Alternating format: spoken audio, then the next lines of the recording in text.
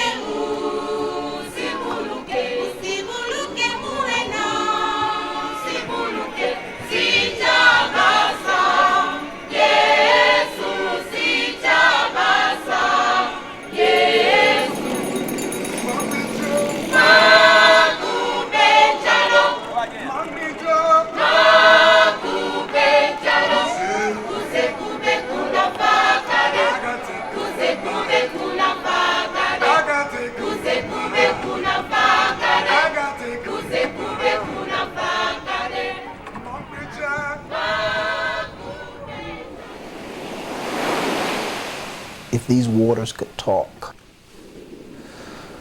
what a story they would tell. The thousands of slaves that left these shores, or those shores, but never made it across.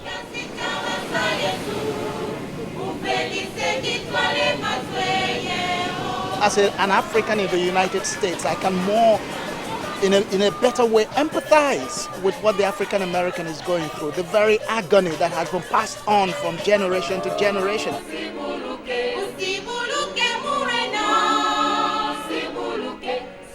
For the first time, I was made aware that Africans actually sold Africans.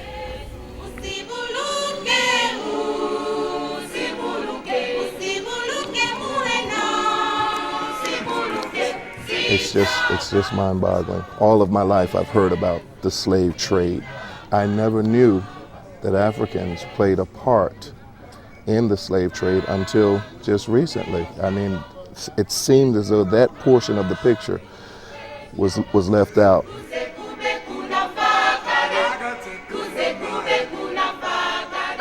I'm a white person. I did not have family who were enslaved. But the emotion overwhelmed me to realize that we had a Holocaust. We had 3.6 million Africans sent in ships. Without our helps, I don't think it would be so easy for Europeans. So please forgive us and let's come back home.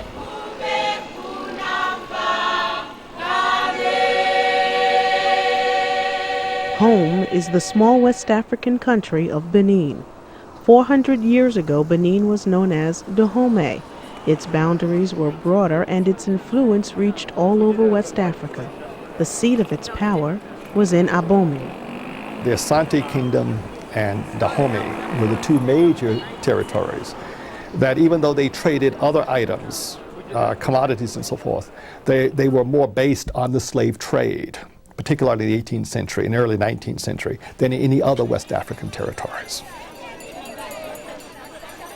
It proved very lucrative for the kings, and it solidified Benin's powerful presence on the African continent. From the 15th to the 19th centuries, Benin was known as the slave capital of the world. There was, first of all, for much of its time, particularly in the 18th century, a tributary state to another area called Ouidah. But it largely had its own control over the slave trade with its, from I think 1727, its operations in the port city of Ouidah. And this became one of the, I hate to say best organized, but let's say most efficient slave trading operations of all. What is unusual about this whole episode is probably, one, the actual enormity of it. The fact that here we're talking about millions of people within a circumscribed period of time, several centuries. Secondly, we could probably also focus on the extreme brutality and dehumanization. They brought their voodoo belief system into the business. They designed the slave operation to not only break down the captured Africans physically, but also spiritually. And thirdly, I like to think about how indeed this sort of slave trade engendered a lot of ideas which we've come to know as modern racial ideas. It's not that racial ideas began with the slave trade, but whatever ideas did exist, the slave trade accelerated these ideas, emphasized them. These truths led President Matthew Carriacou to a noble desire: reveal the entire truth about Benin's role in the slave trade, and then seek forgiveness from the African diaspora. In December of 1999, Carriacou convened a reconciliation conference and invited the slave-trading nations, European and African, to join him. They did. Let me, once again before you, say on behalf of our people how sorry we are for the misdeeds of the past. I'll let someone else ask forgiveness on behalf of the black Africans and others. But as far as the ancestors of white America and white Europe, I ask on their behalf to the ancestors of black America, being grieved, the total and divine forgiveness which I ask of today, once and for all. How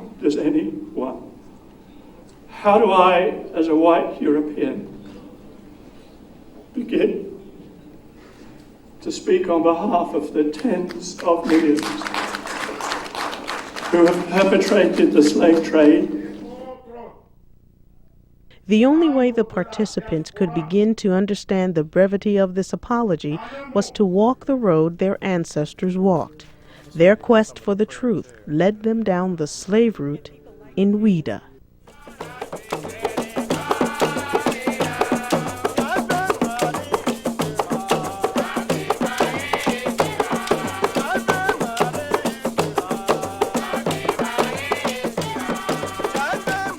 I am a symbol of the slave trades.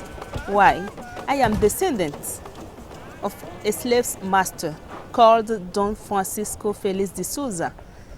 He was sent to Dahomey as the commandant of the Portuguese fort in Ouidah.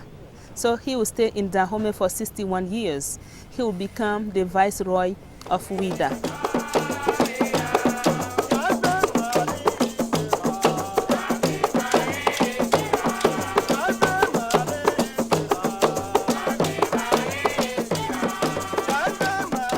Ouidah is the departing port of the slaves. This is the departing point.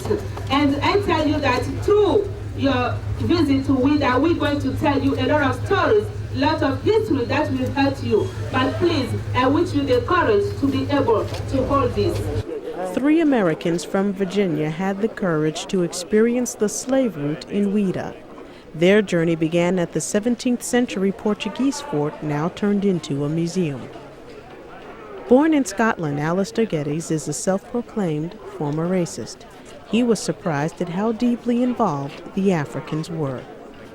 I think what was amazing to learn was the fact that in Africa itself, in Benin, there was equal hunger on the part of the African to profit from the slavery. And here, the relationship between the African and the Portuguese took place at this fort, and there was obviously a concerted effort between the two. It wasn't just a European effort, but it was also an African effort. The fort was the starting point for the captured Africans. They were kept in the fort for months, waiting for the Europeans to come. We cannot talk about the slave trade without talking about the kings of Abomey. Actually, they were the one that facilitates the slave trades. They were the one who will send their army to fight villages. made a lot of prisoners of war so that they can sell them to the Europeans. Against what? Against gunpowder, beads, tobacco, and very cheap things. The slaves were taken by a canoe to the ships waiting for them. So some of them threw each other into the sea. They killed themselves, they commit suicide because they do not know what they are going to do, what they are going to do to them. Some thought they were even going to be eaten. And this is how they are packed into the boats. This is the way they are packed into the boats in millions. Ron Taylor grew up in the segregated South. His American experiences did not prepare him for what he found in Ouidah. They took us on a tour of the museum that was there, where they showed us some of the artifacts, the chains and the bits that went in the slaves' mouths. But I guess what appalled me more than anything else about it was the fact that there was a church smack dab in the middle of the fort. And with what went on there and what was done there, it was sort of incomprehensible for me to even think about how someone could do what they did and yet worship God in the process.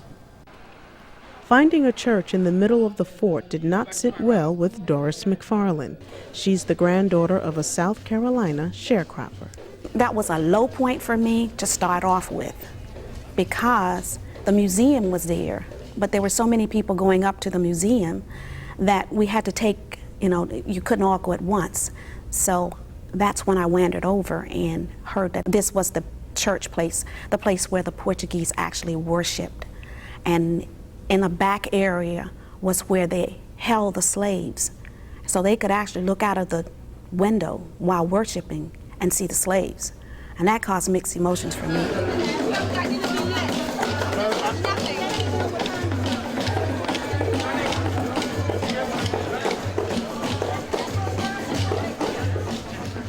Here was the yard where the slaves were kept.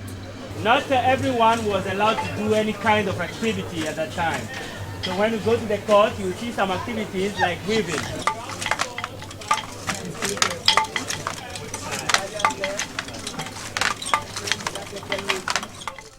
The African captors moved their human cargo to the auction place.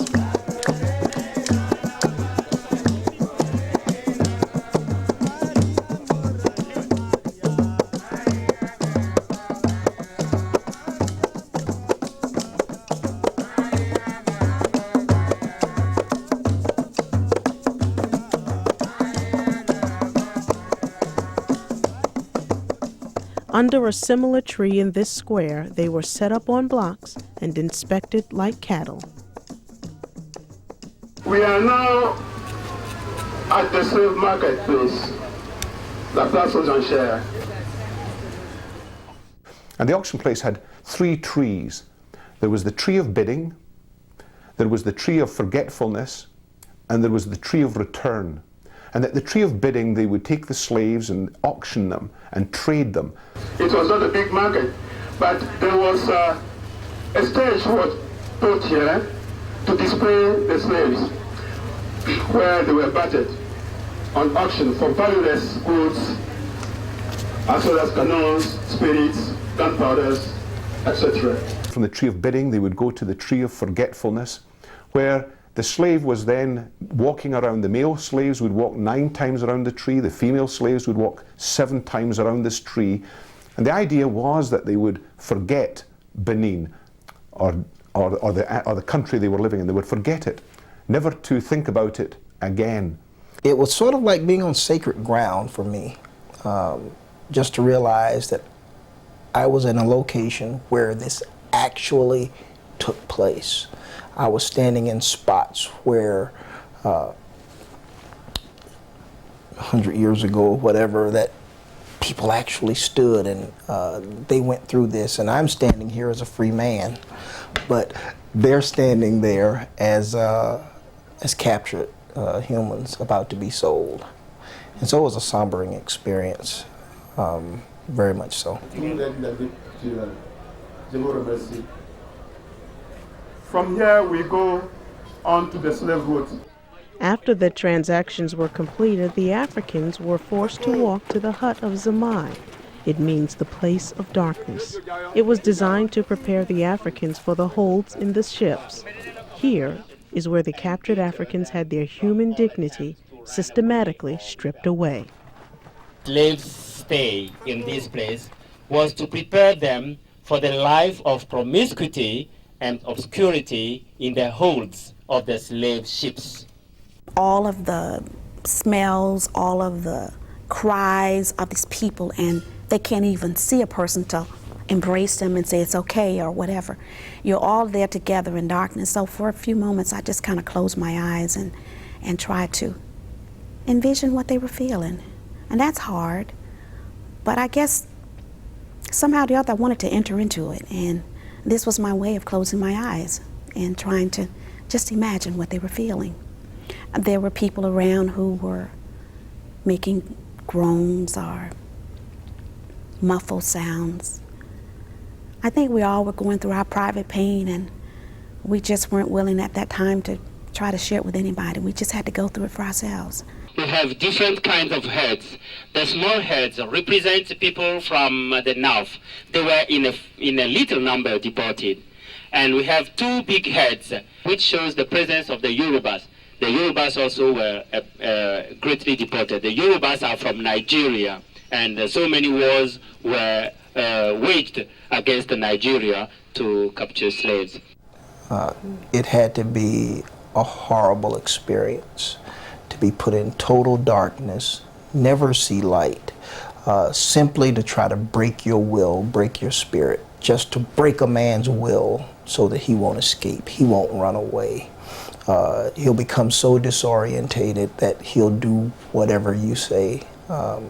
It's the lowest treatment that anyone could ever receive, and that's why it made me so angry. Then up there you see a scale, which means it was unlawful, that practice, but one day justice will come. One day justice will come. Another very important thing about Zomai is that this is the place of the stamping. So they put iron into fire, and when it is red, then they mark. They press it on the back of the slaves. That was the stamping. To be kept here right from their arrival at Zuboji, and were allowed to get out of the hut, only to be taken to the tree of their return. That total sequestration was meant to make the slaves completely lose their sense of orientation and deter them from all attempt to run away or rebel. The third tree was the tree of return. It was supposedly there for when the slaves were traded and when they left and went to the colonies, or whether they went to Americas or the Caribbean, wherever they went to, that once they died in the colonies or the place of ultimate destination, their spirit would then one day return.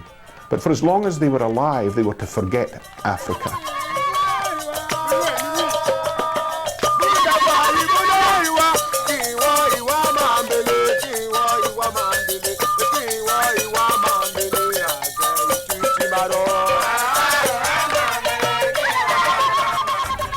Horrible that they had to forget everything. Memories, you know, you carry them with your lifetime, and they're saying, forget your memories. But again, I was still experiencing my little silent pain. I didn't know how to react. I didn't know whether to cry for them. I didn't know whether to just go away and stand by myself. I didn't know what to do. Among them, there were rebels, and that is how the rebels were treated. Didn't really know who to be angry at, whether the Europeans or the Africans who betrayed their own people. I was seething. I didn't even want to be bothered at that point. I didn't want anyone to talk to me. As a matter of fact, I remember going off to myself because I didn't want to talk to anybody. I just wanted to deal with what I was feeling at that time, and that was very emotional for me. Yeah. But it got worse. The whole thing of walking down a dusty path brings memories, the thoughts that were coming to me of people being herded. This was not a beautiful paved highway. This was probably very much like it was 200, 300, 400 years ago at the height of slavery. I think what was most overwhelming in a sense as I walked down that road towards the burial site was the thought that we weren't talking 100 people. We weren't talking 1,000 people. We were not talking 100,000 people. We were not talking 1 million people. We were talking about multi-millions of people walking down this road, many of them to their death, all of them to captivity. Common graves were prepared along the way. The dead, sick, weak, or dying were all thrown in together and buried. Lines of bound Africans could only watch and endure the cries as they followed their captors to the Atlantic Ocean.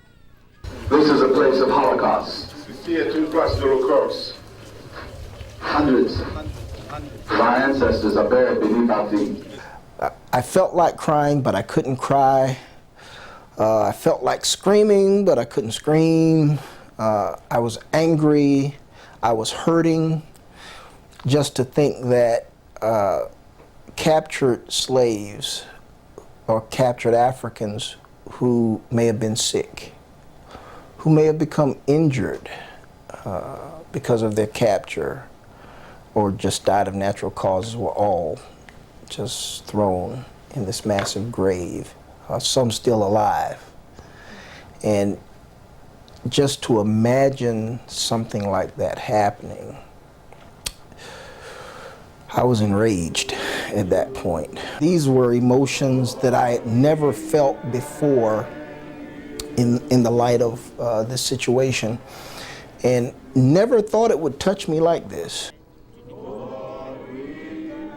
At the common grave, candles were lit in memory of the dead. Here is where the participants paid their respects and wrestled with the painful truth of what transpired. And there was a prayer given right there among the African Americans and the Europeans and the Africans. And I'll never forget, in the midst of that prayer, Brian Mills from Great Britain just started sobbing. He just fell on his knees and started sobbing.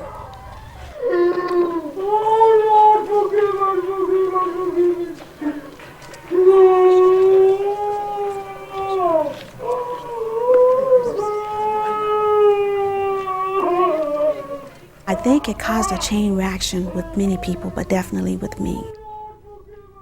And I found myself sobbing too, because here was the sight of people who died, forgetting that they had a life, bound and gagged, many of them probably thrown in with people that were dead already to die. I remember Brian Mills giving me a couple of beads that were used to beat the people with, and he said, "Doris, this will never happen again."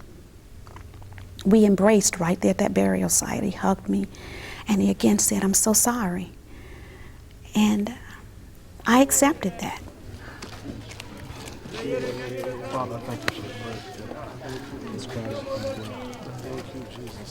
Everybody at the site, at the burial site, was beginning to almost, if you'll pardon the expression, play off one another. You looked at somebody and they were broken. You looked at somebody else, they were broken. And it was like as if everybody at one time were being spent, were just letting their emotion loose as you begin to understand the magnitude of this whole issue of slavery.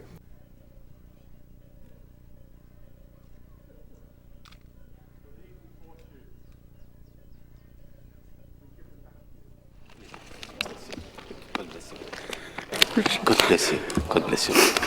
God bless you. Don't worry.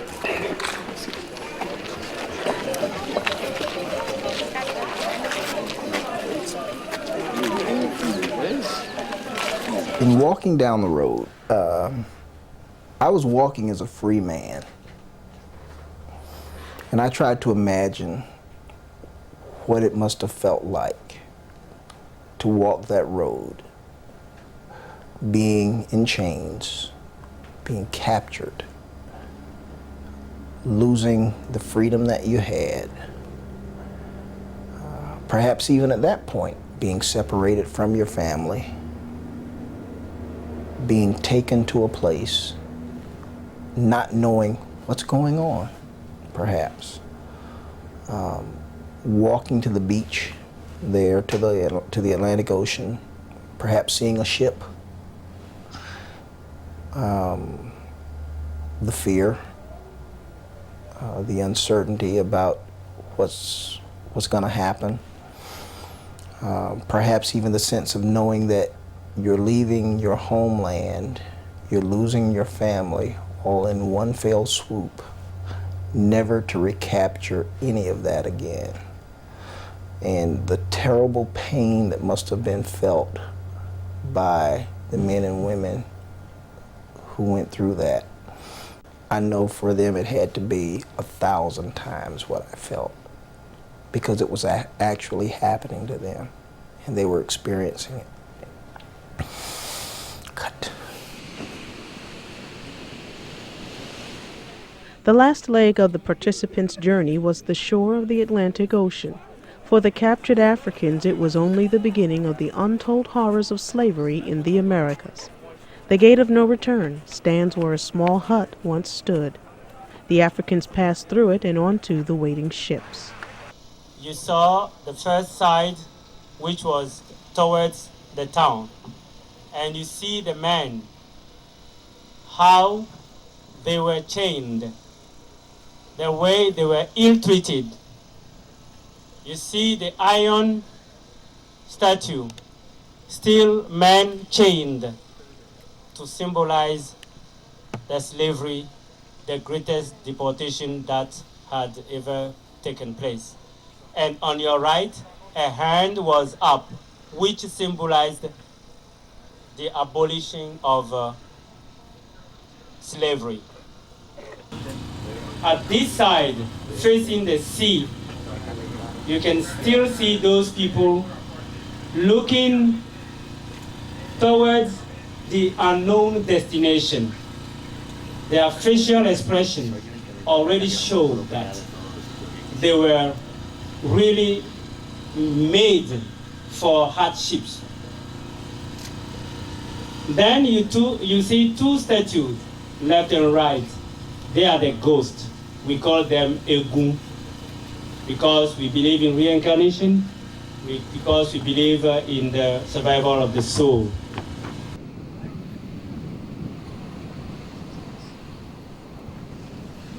When I walked through the gate of no return, or the hut, I began to think of thousands and millions of Africans who were trying to get through here.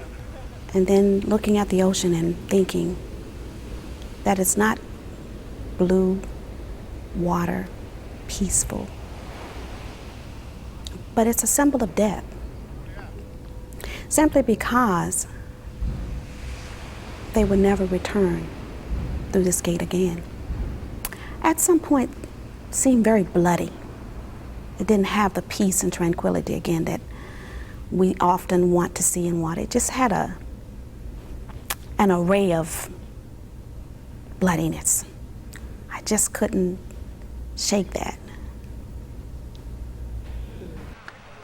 As I went down around the gate of no return, down to the beach, and we gathered on the beach, wow, that was moving. I saw people walking out into the ocean with their shoes on, with their long pants on, standing there with their hands in the air, looking out to the ocean and saying, my ancestors, people that my ancestors had sent off in ships, had gone out here by the millions. When you think of the magnitude of this Holocaust, that's what's overwhelming. It's reminiscent of the Nazi Holocaust of this century.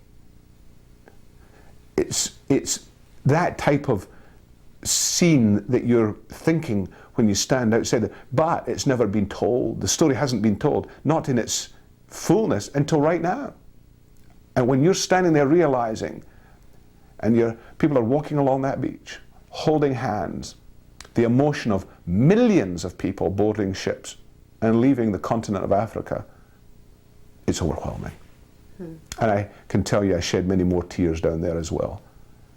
Oh, I can't even explain how that made me feel, to think that perhaps some of my ancestors actually went through what I was just touring.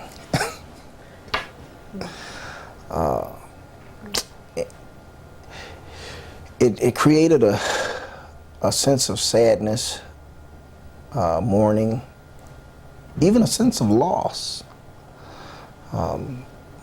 Loss of identity, because at that point I really wanted to know if this is what my ancestors went through, you know.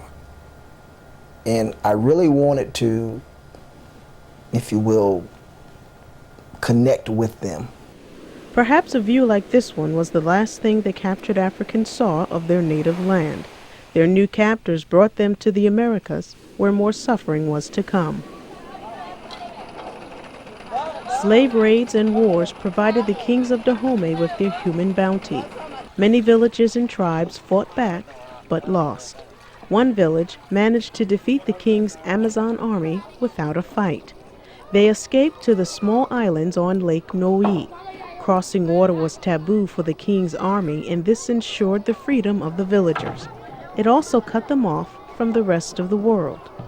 Eventually, Western influence reached this remote city of Gonvier. It's also known as the Venice of Africa.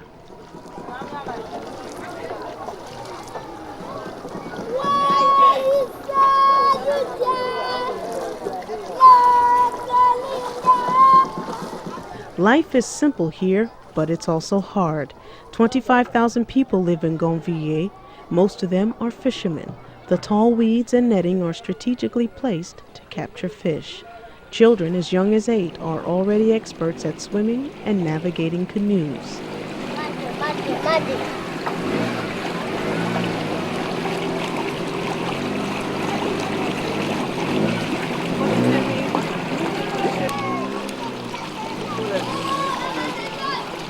For over 220 years, life for Gonvier has remained the same. They do have markets and places of worship, but health care is sorely lacking. Because of the remote area, it's hard to keep doctors and nurses. The education opportunities are limited. For the young people who can, they leave to be educated on the mainland.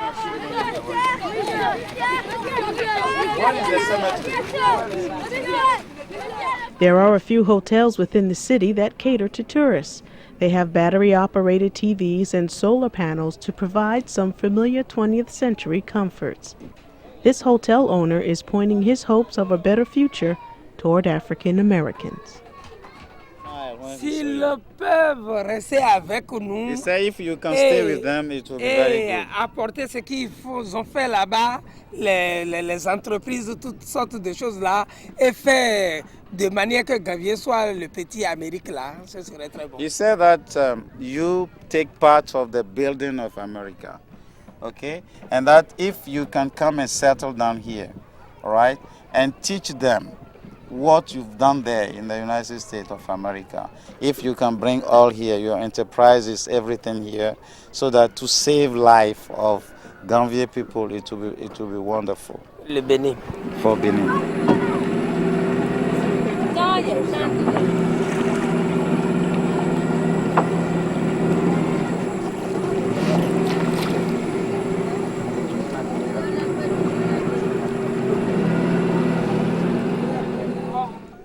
After walking the slave route, the 3 Americans had a deeper understanding of why President Carriacou wanted this pardon.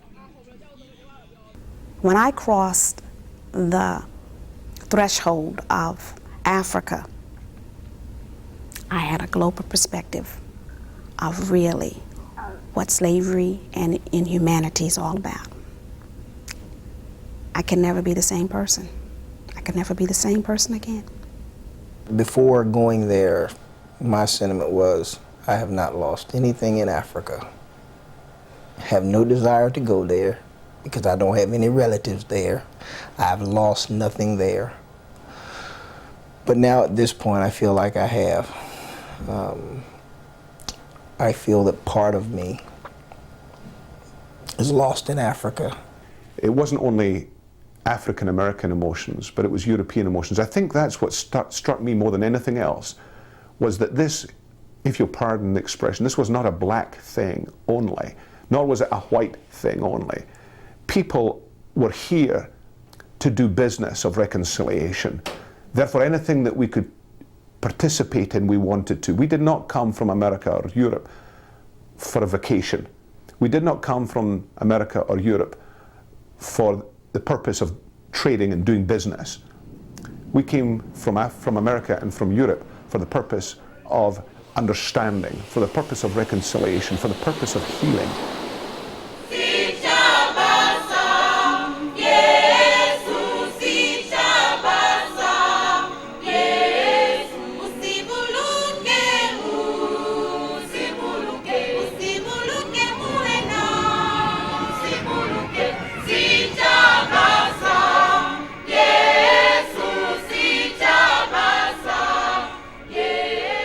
The Reconciliation Conference attracted international leaders from the United States and Europe. They offered their own confession.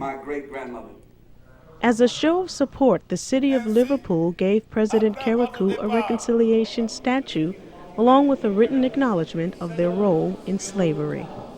One was a declaration agreed unanimously by all 99 members of the City Council, but as their last formal act of this millennium, they wished to place on record their shame and their remorse for what their forebears did in Liverpool in perpetrating the slave trade.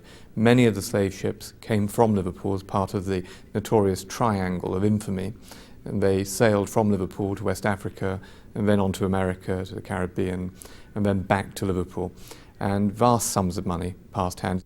We have a black community in Liverpool, just as there is a huge black diaspora in the United States of America. And as one young woman said to me some years ago after a riot in the city, we came here 200 years ago and since then we've just moved half a mile up the road. I mean, no one had recognized the massive social injustice which the black community has faced in cities like my own. So building on reconciliation, there then has to be renewal and a determination to change, to reform. And if I can use another R word, that leads to release. And at the moment, our relationships, I think, are just caught up in this drama that preceded us. But the hatreds, the bitterness, we've become prisoners of our history. And somehow we've got to escape from that and move forward. And I think that means going through the whole of this process. But first of all, not trying to pretend it didn't happen.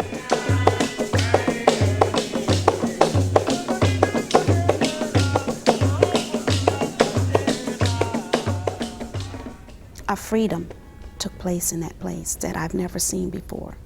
When I first heard it, I have to say that it sounded new to my ears. I can't say that I had never heard an apology before, but perhaps it was nothing of this sort. So it immediately allowed me to sit up and take note. History was being made today, and I was a part of it. How do I, as a white European, begin to speak on behalf of the tens of millions who have perpetrated the slave trade over those 350 years? Where do you begin? For we repent and we confess our sin, and we ask your forgiveness for the abominations we, through our forebears, have inflicted upon you, our beloved brothers and sisters.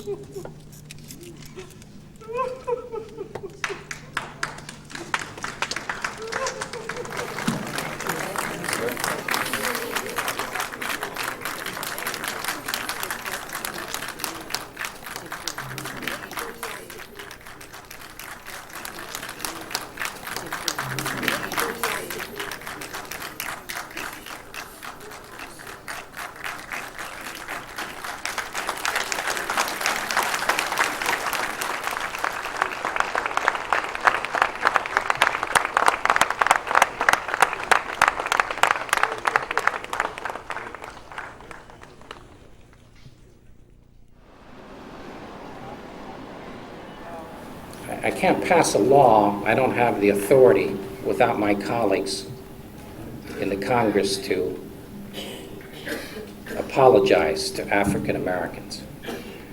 But as a person and a citizen of my country and a U.S. congressman, I can apologize. I can say to you that I feel very inadequate to stand up here and say that. I don't have the words. Haven't experienced the suffering. I feel it in my bones that it's right. I'm very sorry for what's happened. I hope that you forgive me, because it's easy to pray, well, it's those other people that did it. No, I'm part of it too. Forgive me. Forgive me for my sins. Forgive me for my ancestors. And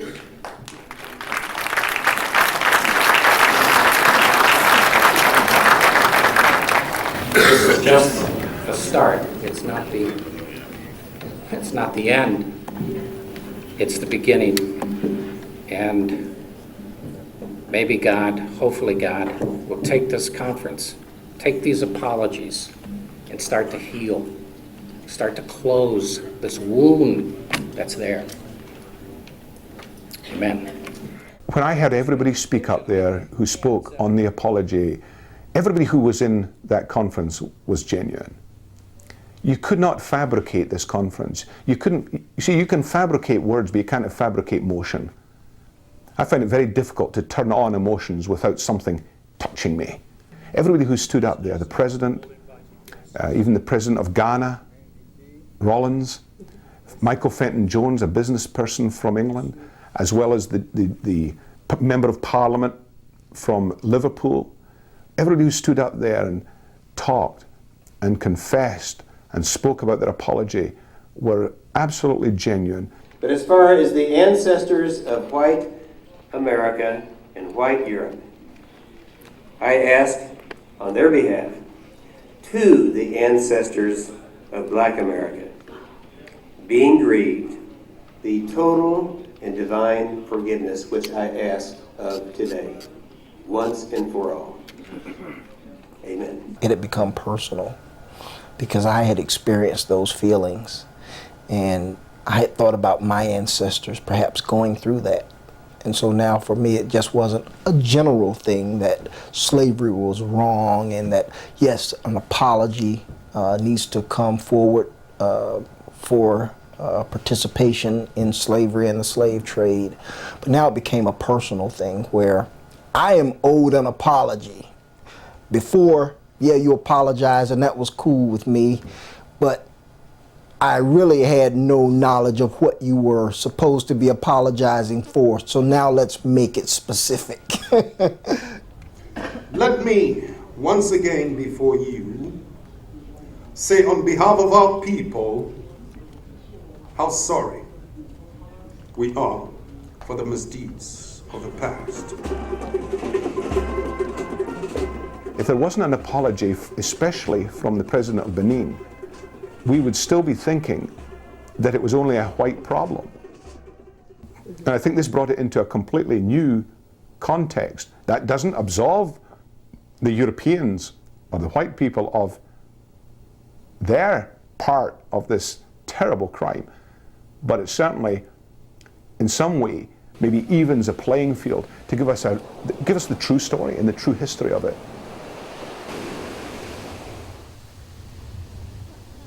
Le thème de notre conférence, c'est la réconciliation et le développement. I owe you the truth, and the truth is made clear in the theme of this conference.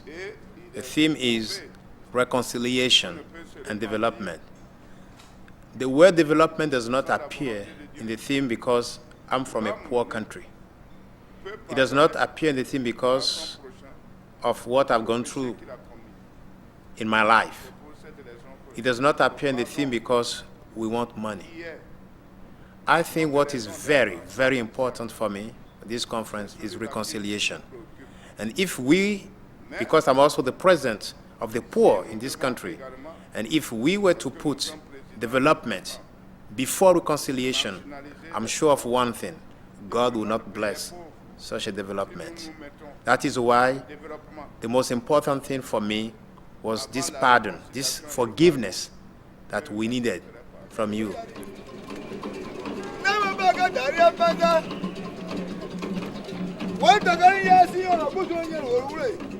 The kings of Benin arrived in quiet dignity. They added their support to President Carriacou and offered a more personal symbol of forgiveness and peace to the African Americans.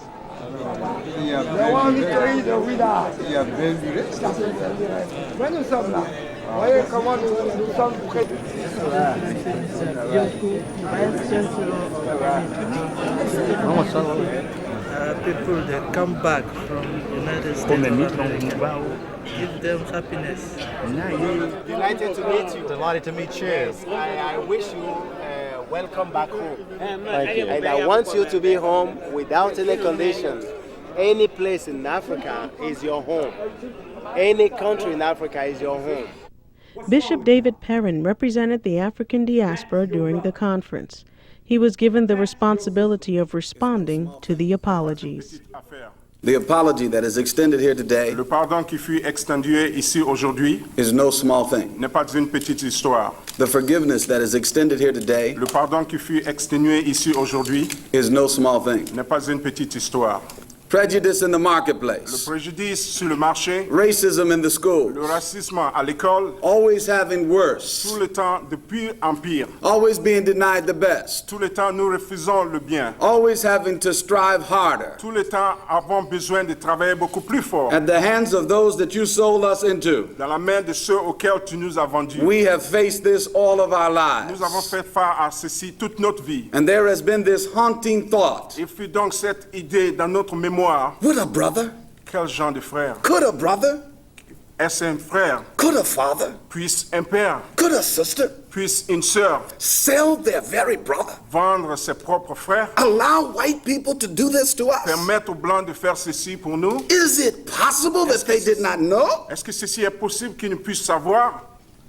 We have never allowed ourselves Nous n'avons pas permis à nous-mêmes to think that thought. de penser au fait. It is by His grace C'est par sa grâce and it is by His power et par son pouvoir that we are able to reach out to our African que nous brothers sommes en mesure d'arriver avec nos frères and to our African et sisters de tenir les mains de nos sœurs and to africaines. say to you Et pour vous dire, that because of the love of God parce qu'à cause de l'amour de Dieu and the faith that we have in et la Christ, foi que nous avons en Christ, we forgive it all. nous pardonnons tout. We forgive it all. Nous pardonnons tout. We forgive it all. Nous pardonnons tout.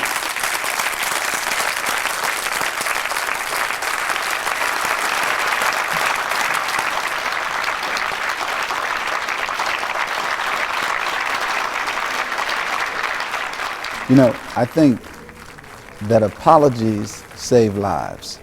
And I think America is going to come back to learn that in a very difficult way. I think that we're being taught that. You know, we've not apologized for slavery, not apologized for the Indian situation. Now, a lot of the anger that is flaring up in our schools, where our children are killing each other, has simply to do with the fact that a basic principle, the ability for one person to say to another, I may have done something to you. I did do something to you, and I'm sorry, would save a lot of people's lives. And that's a lesson that we're coming to have to learn now. It has changed me significantly in that my perspective of things is totally different. I really can't say that I had a desire to go to Africa, but I'm so thankful that I went. I think only time will tell whether America's ready for this or not. But there are some very key people in America, both in the white community and in the black community, that are ready for this. If it's up to government, perhaps not. Because as you know, Congressman Hall, put forth an initiative in 1997 that was rejected by government, but we don't have to be involved. This is not a government initiative. This is a relationship initiative. And I, for one, I'm ready. I want to be reconciled. I'm here, you're here, because our ancestors were the strong ones who survived.